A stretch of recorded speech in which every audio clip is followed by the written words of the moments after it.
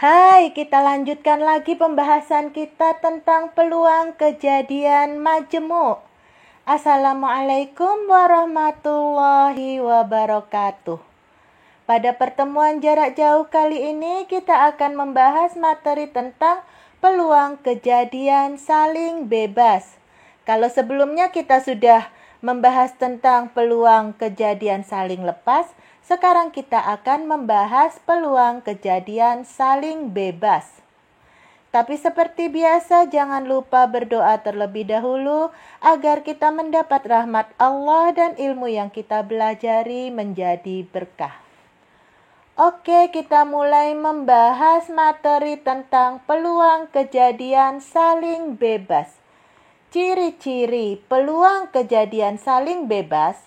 Secara redaksi soal, peluang dua kejadian saling bebas dihubungkan oleh kata hubung dan.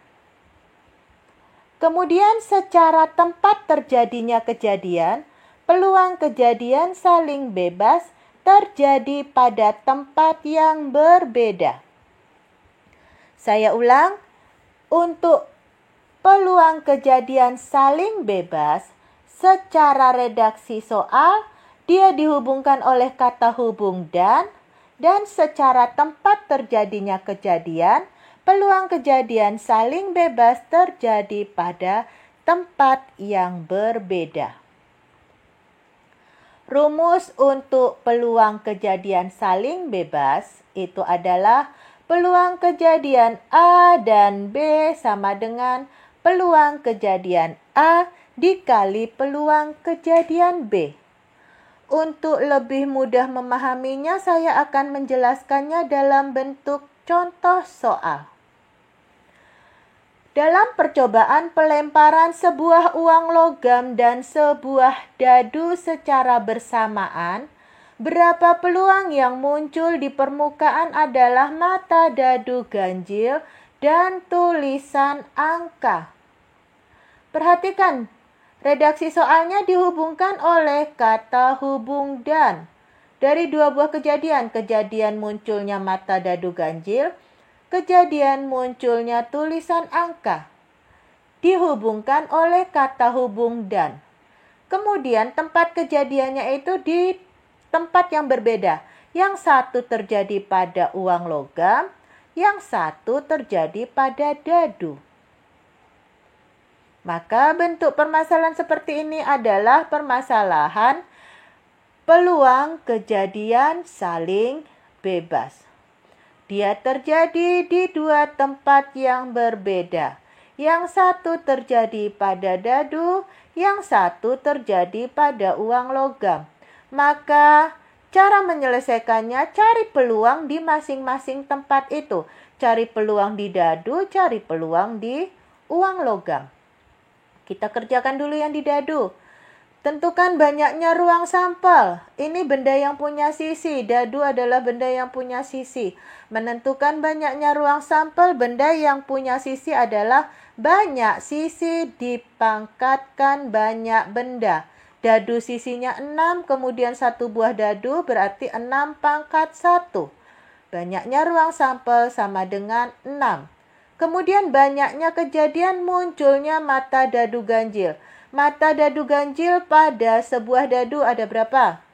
Ada 3. Mata dadu 1, mata dadu 3, dan mata dadu 5.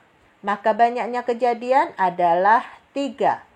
Peluang munculnya mata dadu ganjil pada dadu adalah 3/6. Banyaknya kejadian dibagi banyaknya ruang sampel. Boleh disederhanakan menjadi 1/2. Sekarang peluang di uang. Banyaknya ruang sampel adalah 2. Karena uang punya 2 sisi, uangnya 1 berarti 2 pangkat 1 sama dengan 2. Kemudian permukaan tulisan angka ya cuma 1 buah. Maka banyaknya kejadian munculnya angka adalah 1. Peluang munculnya angka 1/2.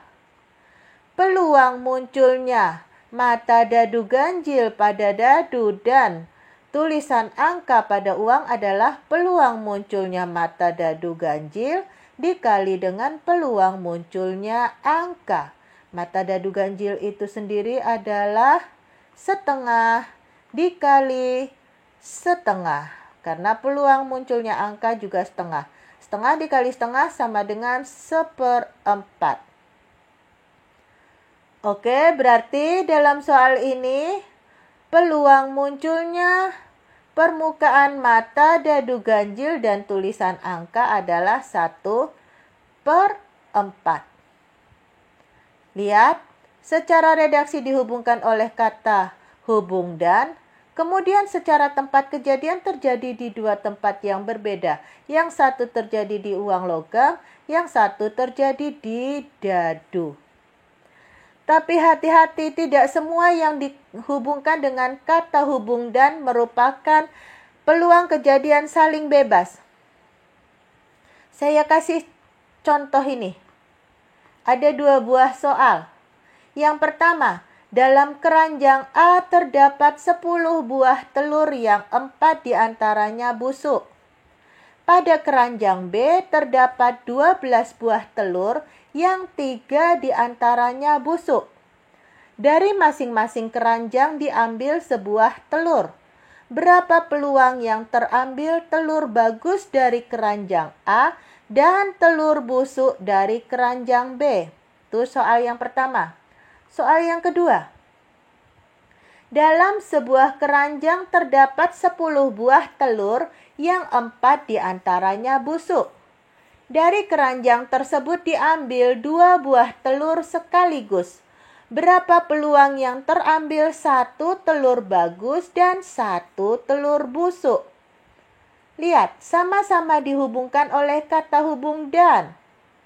Sama-sama dihubungkan oleh kata hubung dan. Kemudian permasalahan sama-sama tentang telur. 1 buah telur bagus dan 1 buah telur busuk. 1 buah telur bagus dan 1 buah telur busuk.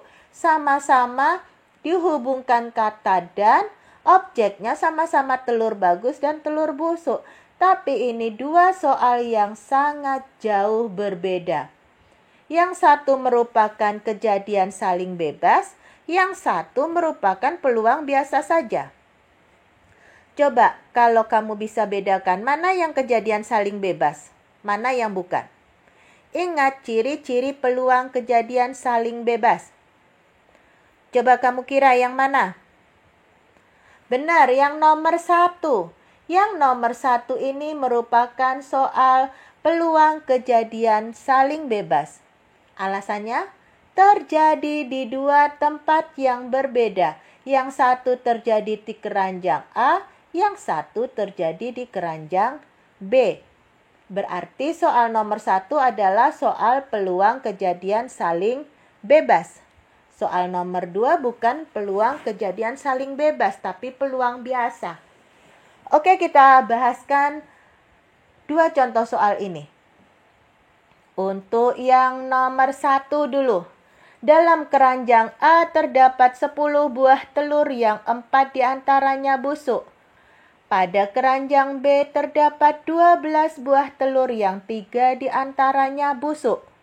Dari masing-masing keranjang diambil sebuah telur. Berapa peluang yang terambil telur bagus dari keranjang A dan telur busuk dari keranjang B? Nah, ini kejadiannya terjadi di 2 tempat yang berbeda. Yang satu terjadi di keranjang A, yang satu terjadi di keranjang B.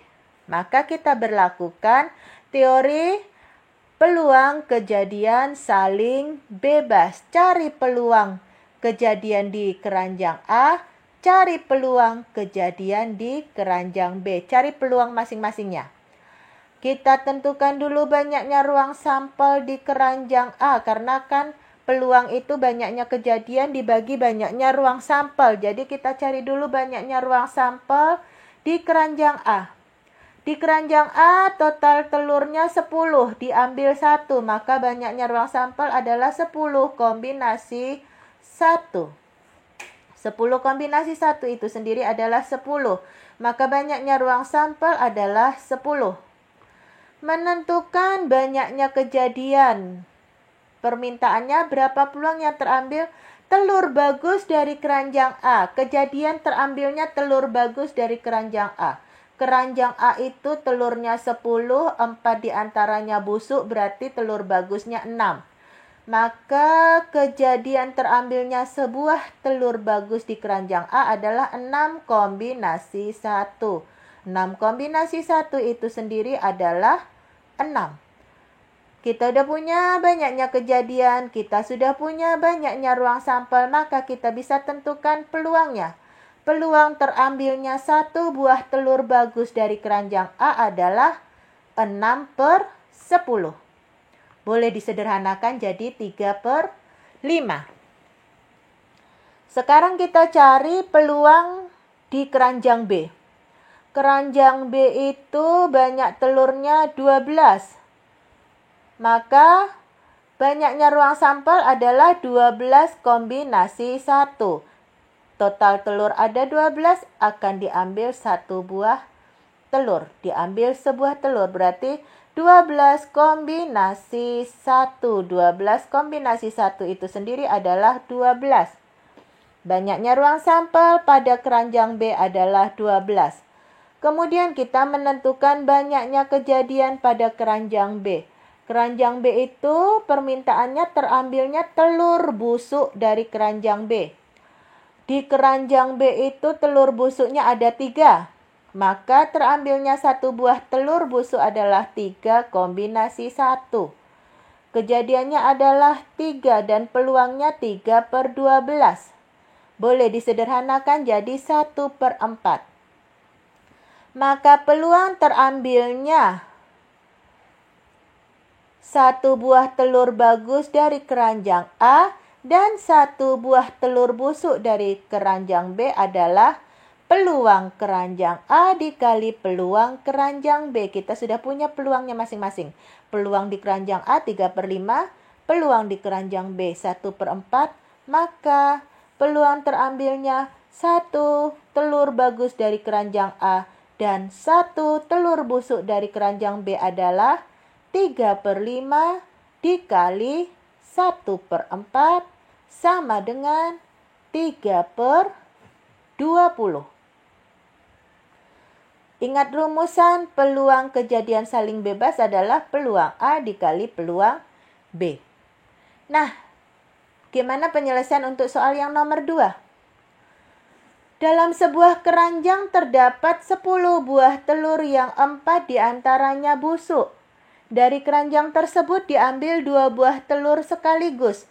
Berapa peluang yang terambil 1 telur bagus dan 1 telur busuk? Ini bukan kejadian saling bebas karena dia terjadi di satu tempat. Maka kita tentukan dulu ruang sampelnya.